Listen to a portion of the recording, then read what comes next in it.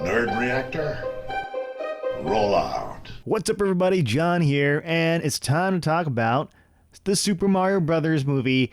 And this is an animated movie from Illumination, from Nintendo and Universal Pictures. So it's a big movie with a lot of different companies teaming up together to give us the biggest Super Mario movie we've ever seen.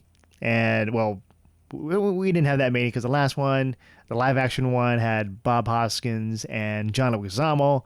I still enjoyed that. It's not the greatest, but it's still, for me, I can still get a kick out of it just watching it. And with this one, the Super Mario Brothers, you have Chris Pratt voicing Mario, and you have Charlie Day voicing Luigi. The story is the brothers, they're plumbers, and they go inside this tube, the green pipe that sends them into the Mushroom Kingdom. It's in the middle of a war right now with Bowser trying to take over, and Princess Peach, she is trying to handle this, and she has her whole army of toads. This is based on the video game, the Super Mario Brothers, and the game, you know, it's a classic. It's like my childhood. I love Nintendo, and I love playing Super Mario Brothers. And because of that, the nostalgia factor really kicks in, especially with all the references in this movie, all the Easter eggs. And so if I can name this movie, instead of the Super Mario Brothers, it would be the Easter egg movie.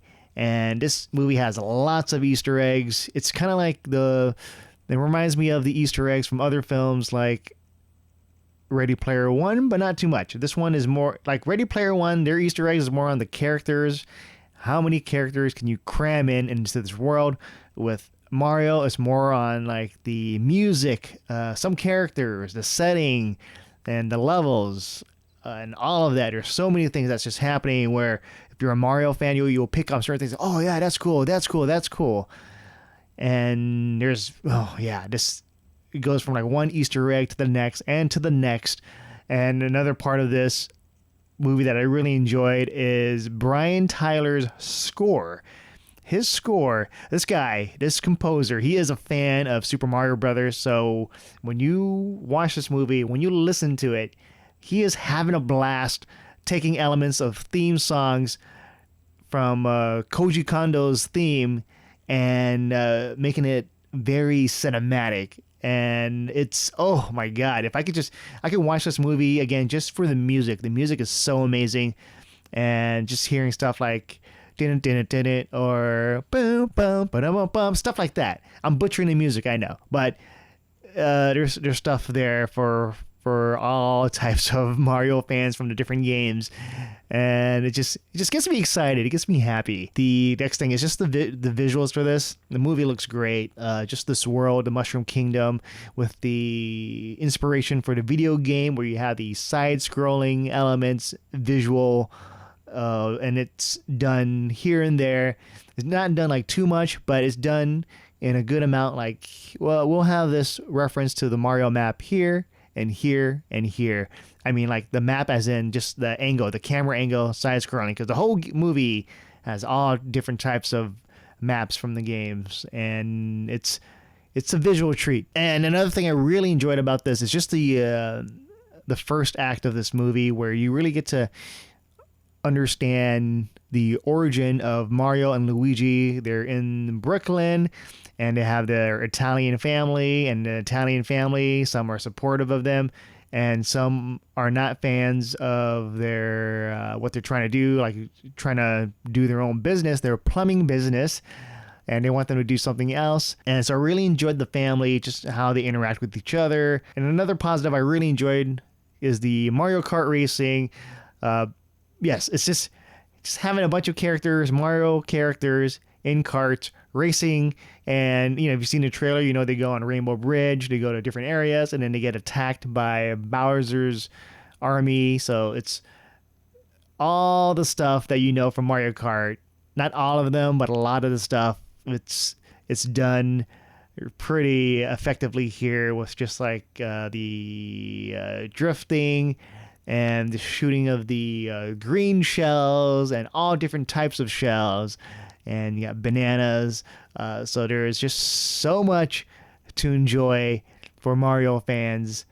And the other thing I do love, Donkey Kong in this movie, and especially Donkey Kong when he goes up against Mario, they're fighting. And there's lots of references to the Donkey Kong game, especially with the platform and the barrel.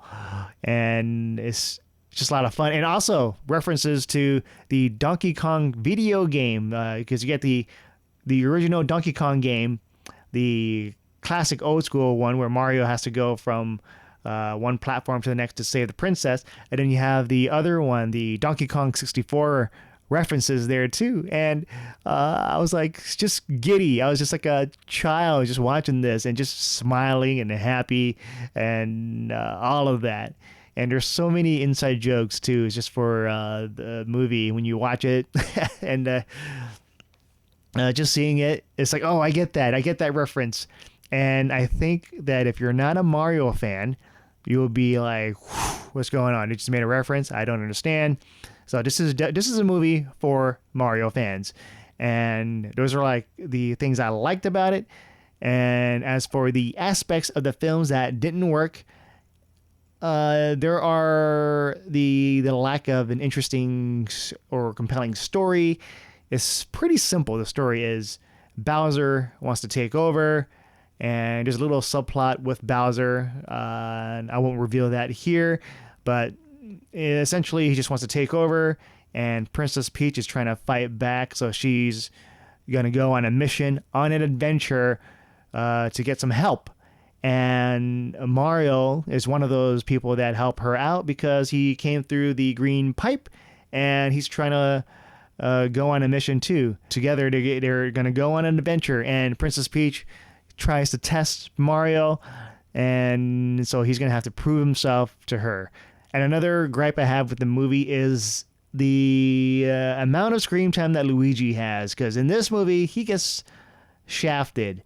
Like, the first act, I was really like into this. I like the story of just these two brothers just trying to help each other out no matter the odds, because people are not believing in them, and Luigi's there to believe in Mario. Luigi in the second and third act, minor role, screen time. And so there's things that they set up in the first act of the movie with Mario and Luigi. So by the time everything concludes at the end of the movie, I don't think it really pays off. It's just, it happens. They sprinkled it, but I wanted more of an impact. Like, it just felt very lacking, and I wanted to feel that. I want to feel like these brothers would love each other, and they'll do anything to help each other out.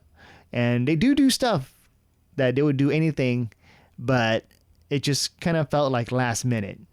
Like, I wanted more setup. I wanted just some more screen time with the brothers and how they really care about each other. And so that when that time comes, you're like, oh my God, this is so cool and meaningful. And another thing that I wanted to see more of was, again, like, I like the whole family dynamic with Mario and Luigi, with his family and with his dad, with their dads and all that.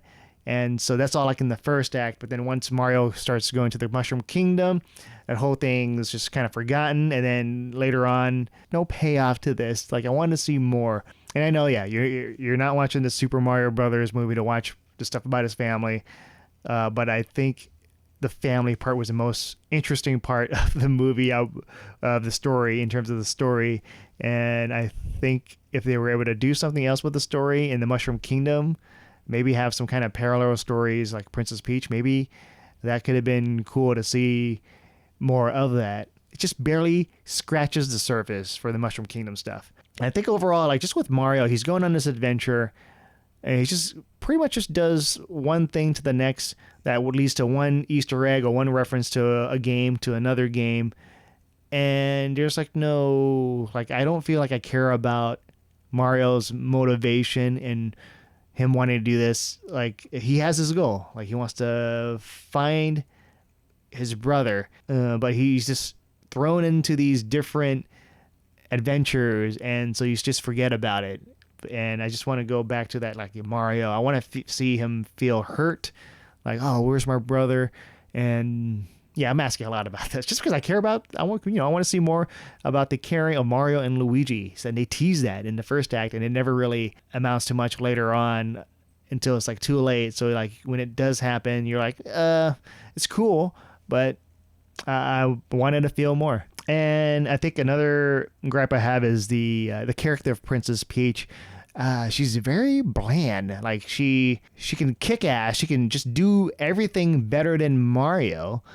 So I'm like, why does she even need Mario to help her out on her mission? If she could just do anything she wants. She can perform like really well, and nothing can phase her. So I just feel like, what's the point of Mario then? So I wish that the character Princess Peach, like there is some struggle with her. But I just felt like there was no struggle. Things happen where she's not able to do what she wants to do. But overall, it wasn't much. And another thing is, yeah, this movie's running screen time 90 minutes. I know it's an animated movie. They don't have to be long, but it really felt short. It really felt like nothing really added up. And I just wanted to see more of the characters being fleshed out with like the family and Mario and Luigi's relationship, and maybe even more of the relationship between Mario and Princess Peach, and more story between Mario and Toad. It's just not enough because it's just one action sequence to the next, and you got Mario Kart that goes into like the other stuff, and then the Donkey Kong stuff.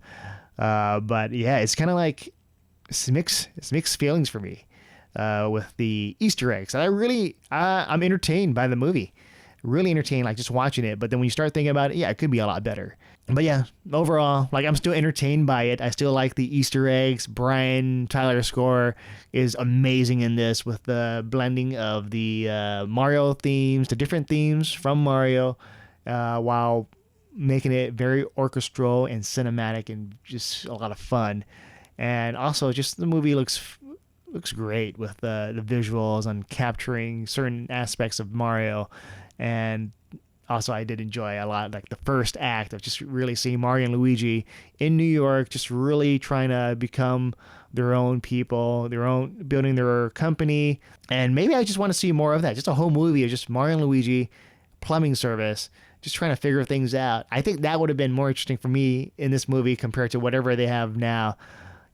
With the Mushroom Kingdom. But yeah, and the other stuff I really liked is, the Mario Kart racing. It's just fun to watch, the Donkey Kong fights and a lot of the inside jokes.